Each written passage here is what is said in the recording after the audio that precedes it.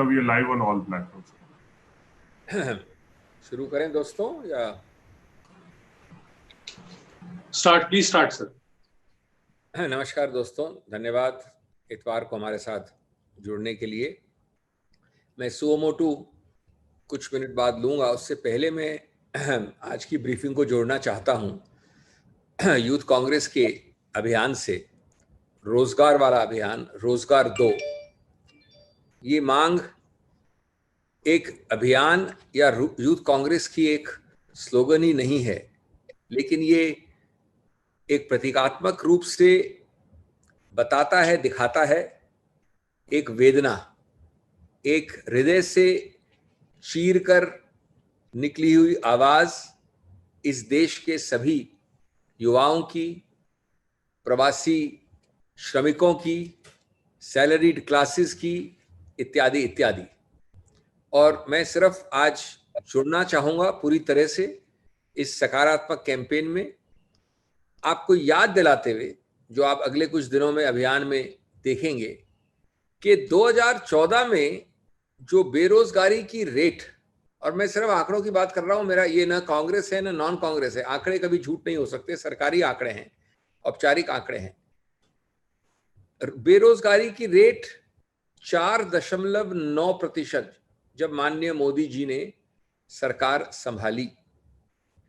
मई 2020 में लगभग 29%, 30 में एक कम। मई 2019 में, पिछले वर्ष, 7.1। लॉकडाउन के पहले मार्च 2020 में 9% से 1 कम। तो ये नहीं है कि इस सरकार की सिर्फ कोई कोरोना का बहाना बना लो, कोविड का बहाना बना लो। शुरुआत से 14 से 20 की या 14 से 19 और 19 से 20 की जो यात्रा है, उसमें दिन प्रतिदिन सदैव हमेशा बढ़ रही है। और याद रहे कि आपके पास आंकड़ा है जो हमने पहले दिया है आपको, कि अप्रैल में माना जाता है कि करीब अप्रैल 2020 में कि 9 करोड़ ऐसे लोग हैं जो तैयार हैं, तत्पर हैं काम करने को, जिनके पास काम नहीं है। ये मैं मानता हूं कि एक अंडरस्टेटमेंट है, कम का आंकड़ा है। और इसको आप इस अभियान को यूथ कांग्रेस की, युवा कांग्रेस की जोड़िए उस, ऐसे तो खैर कई दावे थे, कई स्लोगन्स थे, लेकिन उस दावे से मैं जोड़ना चाहूंगा जो आपने बहुत बार सुना 2014 में, 13 में, बहुत हुआ रोजगार का इंतजार, अब की बार मोदी सरकार। अब की बार मोदी सरकार का आपने प्रत्यक्ष प्रमाण देख लिया। और मैं अंत करूंगा अपनी इस बात को कि ये रोजगार के का अत्यंत महत्वपूर्ण सूक्ष्म मुद्दा है जो युवा कांग्रेस ने उठाया है, लेकिन इसका संदर्भ ज्यादा व्यापक है, आर्थिक ढांचे से है, हमारे आर्थिक दुर्दशा से है। जीडीपी आप जानते हैं उस संदर्भ में देखा जाए तो, क्योंकि रोजगार उस संदर्भ का एक अभिन्न अंग है। जीडीपी नेगेटिव जा रही है, कोई जानता नहीं, कम से कम मानते हैं 5%, 4 से 7 का एक रेंज दिया जाता है। नेगेटिव, माइनस की बात हो रही है यहां पर। हमारा टैक्स जो बटोरा जा रहा है वो लगभग 50%, 46% कम है, 50 से 4% कम। पूरा देखा जाए तो कहते हैं, अभी आंकड़े वेरी करते हैं, मैं आपको न्यूनतम आंकड़े दे रहा हूं जो सबसे कम सरकार के हक में है। 12 करोड़ लोगों ने अपनी रोजगार गंवाई है। वैसे कहते हैं लोग कि 15 करोड़ का फिगर है। और एक बड़ा दुर्भाग्यपूर्ण लेकिन रोचक आंकड़ा है जो आर्थिक पत्रिकाओं में अभी छपा भी है, कि ये रोजगार की बात नहीं है, लेकिन जो लोग गरीबी की तरफ फिसल रहे हैं, उसमें लिखा गया है स्लाइडिंग इनटू पॉवर्टी। और आपको याद है कि यूपीए 1 और 2 ने कितने लोगों को बीपीएल से उठाया था। और यहां जो सरक रहे हैं, स्लाइड कर रहे हैं गरीबी में, उनका आंकड़ा दिया गया है 40 करोड़। अब इस संदर्भ में मैं अंग्रेजी में संक्षेप में बोल दूं, फिर जाएंगे अपने सुओ मोटू में, जिससे कि यूथ कांग्रेस वाली बात खत्म हो जाए। Hello, can I continue? You can all hear me? Yes, sir. Please. Just to very briefly cover this in English, because this is a separate point. As you know, the Youth Congress, and we wholeheartedly commend this initiative, and we want to associate, join, endorse, support the Rozgar Do campaign. Give us employment. This is not merely a campaign slogan.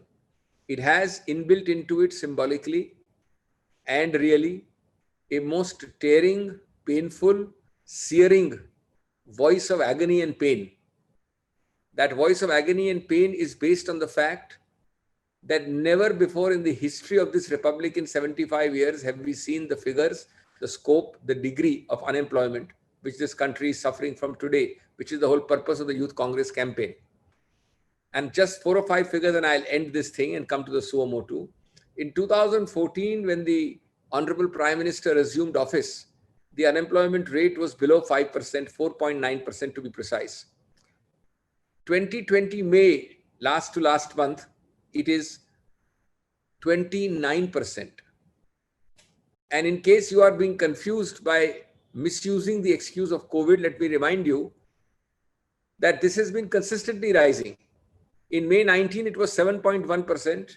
Well before the lockdown in February and March early, it was 8.8%. There has never been an abatement in this constant secular trend of rise. It is not an episodic or a seasonal factor.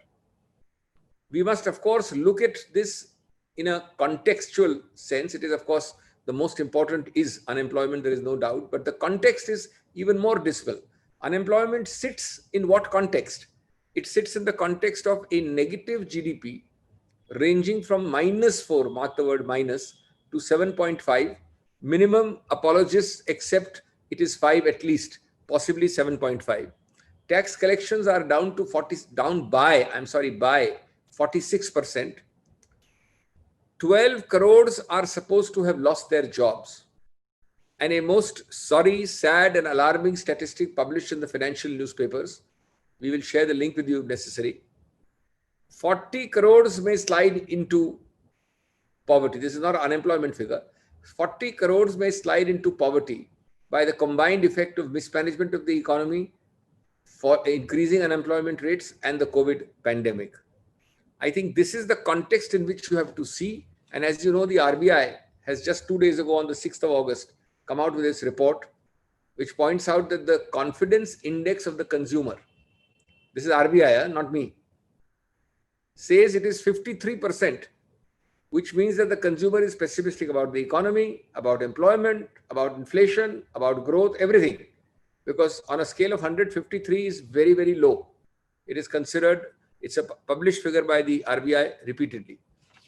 Well, friends, having done this, let us turn to the precise suo motu in addition to the very, very important campaign of the Youth Congress.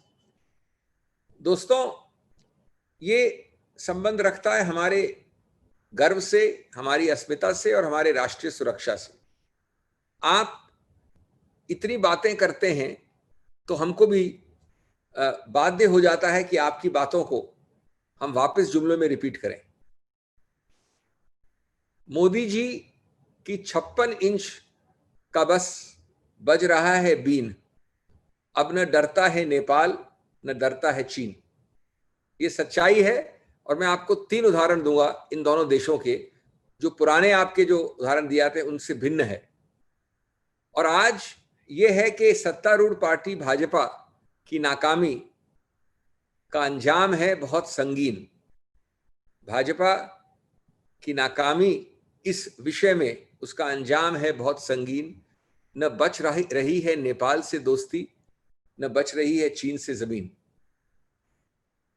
इसके क्या उदाहरण है? मैं क्यों बोल रहा हूं ये मैं इसलिए बोल रहा हूं कि 3 उदाहरण देना चाहता हूं मैं आपको. प्रकाशित हैं, पब्लिक डोमेन में है, और सरकार चुप्पी साधे हुए रहती है. सरकार जवाब नहीं देती, एंगेज नहीं करती. नंबर 1, तिब्बत में यिंगोंग नदी है, यिंगोंग. वहां पर एक कृत्रिम झील बनाई जा रही है, जो मैं अतिशयोक्ति नहीं करना चाहता, लेकिन जिसको एक वाटर बॉम्ब भी कहा जा सकता है. एक वो बम हो सकता है पानी का भविष्य में. क्योंकि इसके नीचे है पूरा बेसन जिसको अरुणाचल प्रदेश कहता है सियांग बेसन। सियांग नदी का बेसन है, उसके कई उत्तर, पूर्व, पश्चिम वगैरह हिस्से हैं। और इतना ये भविष्य में खतरनाक हो सकता है कि अरुणाचल प्रदेश के सभी विभागों ने रेड अलर्ट कर दिया है। अगर थोड़ा भी क्रैक या छेद हुआ उस कृत्रिम लेक में तो सीधा दुष्प्रभाव पड़ता है नीचे सियांग बेसिन में, अरुणाचल में, और बाढ़ का, फ्लडिंग का बहुत ही भयानक, भयावह एक चित्र उस रेड अलर्ट में है। क्या सरकार ने आपको अवगत कराया? क्या सरकार ने प्रोटेस्ट किया? क्या सरकार ने अंतर्राष्ट्रीय स्तरों पे इसको उठाया? मैं ये नहीं कह रहा हूं कि आप जाके आक्रमण कर दें चीन पे और कुछ करें, लेकिन आपको बोलना है, चुप्पी नहीं साधनी है। इसका दूसरा उदाहरण, देप्सांग में बात चल रही है। आप जानते हैं देप्सांग में क्या हो रहा है चीन में। आप जानते हैं कि जो हमारी रोड है डीबीओ जिसको कहते हैं, बहुत ही अत्यंत महत्वपूर्ण है। लेकिन सच्चाई यह है कि इतनी बातों के बाद दो आंकड़े छपे हैं। या तो चीन ने वहां 12,000, लेकिन मैं समझता हूं सही आंकड़ा है 17,000, और उसका नाम है 4th मोटराइज्ड इन्फेंट्री डिवीजन। इसके ट्रूप्स, इसके सैनिक वहां तैनात किए हैं। जब आपकी बातें चल रही हैं, पुल बैक कहां हो रहा है, वापसी कहां हो रही है, किसी को बताया नहीं जा रहा है। 17,000 न्यूनतम 12,000 की आंकड़ा है। सिर्फ इस इलाके की बात कर रहा हूं। और अगेन वापस कहूंगा मैं कि कुछ हमको कॉन्फिडेंस में लीजिए, सच्चाई बोलिए, छुपाइए नहीं, झूठी ईगो पे नहीं छुपिए। और तीसरा, आप बार बार राष्ट्रवाद और आंख दिखाने की बात करते हैं, लाल आंख और 56 इंच की छाती की बात करते हैं। जो हमारा पुरातत्व से दोस्त है नेपाल, उसने मिलिट्री को लगाकर, सिर्फ सिविलियन नहीं, मिलिट्री को लगाकर, नेपाल की मिलिट्री को, अपनी जो रोड है जिसको कहा जाता है दार्चुला तिनकर रोड, दार्चुला तिनकर रोड, उसको इतनी जल्दबाजी से बना रहा है जैसे कल एक कोई युद्ध पैदा होने वाला है। आप जानते हैं कि इसका संदर्भ क्या है? इसका संदर्भ है वो 3 नाम जिसके संदर्भ में, और बिल्कुल मैं स्पष्ट कहना चाहूंगा कि सिर्फ चीन के कहने पे, चीन के ऊपर दुष्प्रभाव में आने में, चीन के इन्फ्लुएंस में आने में, उन्होंने पहले काला पानी, लिपुलेख और लिम्पी उधारा ये अपने मैप में दिखा दिया। अब उसी श्रृंखला में चीन के दुष्प्रभाव में वो सीधे अपने जो चीन, भारत और नेपाल का बॉर्डर है, वहां का रोड जो बहुत पहले से आधी बनी नहीं थी, बनने का इरादा नहीं था, उसको अब सैनिकों द्वारा जल्द से जल्द बनाया जा रहा है। फिर वापस वही प्रश्न है कि सरकार कितना उनको समझा सकती है, धमका सकती है, कंट्रोल कर सकती है, बातचीत कर सकती है। हमें इसका कोई इल्म कम से कम सिविल सोसाइटी को नहीं दिया जाता है। ये इसलिए दुर्भाग्यपूर्ण है। And I will end my suo motu by repeating in English very briefly that all this talk of nationalism coupled with your fake definitions, all this talk of a 56-inch chest, all this talk of a red eye, when you come to specifics, they sound like empty slogans and hollow claims. All that we are saying is that these are issues where you need not suffer from any false ego. You need to share, disclose, not distort. You need to get others to participate and avoid a trust deficit. 3 examples I want to give you about the falsity and the hollowness of the claims of this government. And these are recent examples. They are nothing to do with the earlier several examples which from this podium we have given you. One, इस तरह की खबरें देखने के लिए आप हमारे channel को लाइक करके सब्सक्राइब कीजिए और नोटिफिकेशन बेल ऑन कीजिए। धन्यवाद।